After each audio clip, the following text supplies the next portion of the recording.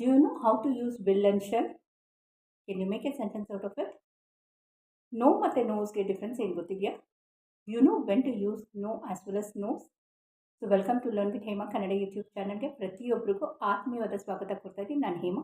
ಬನ್ನಿ ಇವತ್ತಿನ ಕ್ಲಾಸ್ಗೆ ಹೋಗೋಣ. ತುಂಬ ಸಲ ನಮ್ಮ ಡೈಲಿ ಲೈಫಲ್ಲಿ ಕೆಲವೊಂದು ಪದಗಳನ್ನ ನಾವು ಪ್ರತಿದಿನ ಉಪಯೋಗಿಸ್ತೀವಿ. ಅನ್ಫಾರ್ಚುನೇಟ್ಲಿ ಅದು ಬಂದ್ಬಿಡುತ್ತೆ, ನಾವು ಬೇಕು ಅಂತ ಉಪಯೋಗಿಸಲ್ಲ. ಬಟ್ ನಮ್ಮ ಮಾತೃಭಾಷೆಯಲ್ಲಿ ಮಾತಾಡಬೇಕಾದ್ರೆ ಎಷ್ಟೋ ಸಲ ಪದಗಳನ್ನ ಅದೇ ವಿ ವಿಲ್ ರಿಪೀಟ್ ಇಟ್. ಓಕೆನಾ? So it is not intentionally. So ಆ ನಿಟ್ಟಿನಲ್ಲಿ ನೋಡೋಕ್ಕೋದ್ರೆ ಇವತ್ತಿನ ಕ್ಲಾಸ್ ತುಂಬ ಉಪಯುಕ್ತ ಆಗುತ್ತೆ ಅಂತ ಭಾವಿಸ್ತೀನಿ ನಾನು. Welcome to learn with Hema. ನಾನು ಹೇಮಾ. ಆದರೆ ಇದೆಲ್ಲ ನಾನು ಮಾಡ್ತಿರೋದು ಎಲ್ಲ ಪಾಸಿಟಿವ್ ಸೆಂಟೆನ್ಸ್ ನಾನು ಬರ್ತಿರೋದಿಲ್ಲ. ಇದರಲ್ಲಿ ನೆಗೆಟಿವ್ ಸೆಂಟೆನ್ಸು ಇದೆ. I will tell you which is the negative sentence. Fortunately or unfortunately we come across the same word, same meaning in a day to day life. ಆ ನಿಟ್ಟಿನಲ್ಲಿ ನೋಡೋಕ್ಕೆ ಹೋದಾಗ let's see the first sentence. We know how to frame sentence. ಕನ್ನಡದಲ್ಲಿ ಯಾರಾದರೂ ನಿಮ್ಗೆ ಹೇಳ್ಕೊಟ್ಟಿದ್ದೀರಾ ಒಂದು ವಾಕ್ಯನ ಹೇಳು ಅಂತ? ಇವಾಗ ನಿಮ್ಗೆ ಹೊಟ್ಟೆ ಹಶು ಆಗ್ತಿದೆ, ಯಾರಾದರೂ ನಿಮ್ಮ ಚಿಕ್ಕ ವಯಸ್ಸಲ್ಲಿ ಹೇಳಿದ್ರಾ ಹೊಟ್ಟೆ ಹಶು ಅಂತ ಹೇಳಬೇಕು, ಐ ಆಮ್ ಹಂಗ್ರಿ ಅಂತ ಹೇಳಬೇಕು ಅಂತ? ಇಲ್ಲ. ಸೊ ಮಾತೃಭಾಷೆನ ಹೆಂಗೆ ಕಲ್ತ್ರಿ? ಸುತ್ತಮುತ್ತ ನೋಡಿಕೊಂಡೇ ಕಲ್ತಿದ್ದು. ಅದೇ ನಿಟ್ಟಿನಲ್ಲಿ ನಾನು ಇಂಗ್ಲೀಷ್ನೂ ಅದನ್ನೇ ಹೇಳ್ತಿರೋದು. ಇವಾಗ ನೀವು ಚಿಕ್ಕವರಾಗಿದ್ದಾಗ ಅಲ್ವಾ, ಇವಾಗ ಒಂದು 2 ವರ್ಷ 3 ವರ್ಷದಲ್ಲಿ ಮಕ್ಕಳು ಮಾತಾಡೋಕ್ಕೆ ಶುರು ಮಾಡ್ತಾರೆ. ಆವಾಗ ನಿಮ್ಮ ಅಪ್ಪ ಅಮ್ಮ ಒಂದೊಂದು ಪದಗಳನ್ನ ಹೇಳ್ಕೊಟ್ಟಿರ್ಬೋದು, but not the whole of it, right ಅಲ್ವಾ? ಒಂದು ತಟ್ಟೆಯಲ್ಲಿ ಒಂದು ಕೈ ತುತ್ತಷ್ಟು ಅನ್ನ ಹಾಕ್ಕೊಳ್ತೀವಿ, ಒಂದೆರಡು ಅಗ್ಲೂ ಅವ್ರು ಹೇಳ್ಕೊಟ್ಟಿರ್ಬೋದು ಅಲ್ವಾ, ಈ ಥರ ಹೇಳಬೇಕು, ಈ ಥರ ಹೇಳಬೇಕು. The remaining of it, right? ಅದನ್ನೇ ನಾನು ಆ ಕಾನ್ಸೆಪ್ಟ್ನೇ ನಿಮ್ಗೆ ಅರ್ಥ ಆಗಿದ್ರೆ ಸರಿ. ಓಕೆನಾ?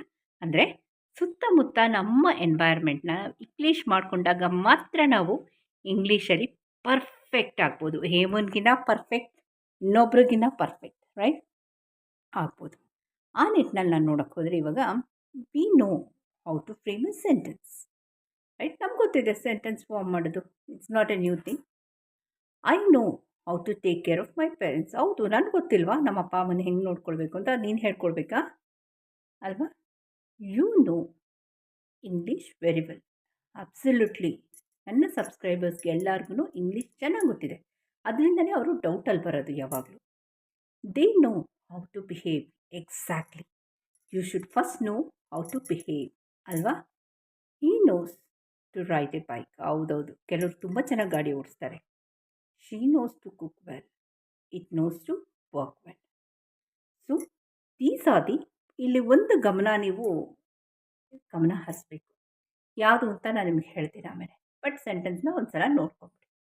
ಓಕೆನಾ? These are the positive sentences I have failed.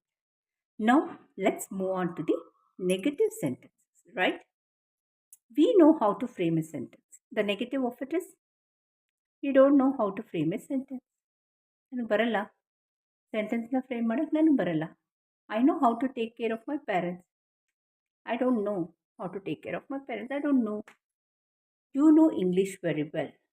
ಇಲ್ಲಪ್ಪ, ನನಗೆ ಇಂಗ್ಲೀಷ್ ಬರಲ್ಲ. I don't know English. No, I don't know English very well. They know how to behave. No, they don't know how to behave ಅಲ್ವಾ? He knows to ride a bike. Never. He don't know how to. Just the opposite of it. ನನಗೆ ಬರಲ್ಲ ಅನ್ನೋದನ್ನ the negative part of it. So ನಾ ಹೇಳಕೊಟ್ಟಿರೋದು ಏನು ಅಂದರೆ, the positive as well as the negative can be framed in a single sentences, right? Number one. And keeping the situation in an English atmosphere is the second point of mine. ಅರ್ಥ ಆಯ್ತಾ friends?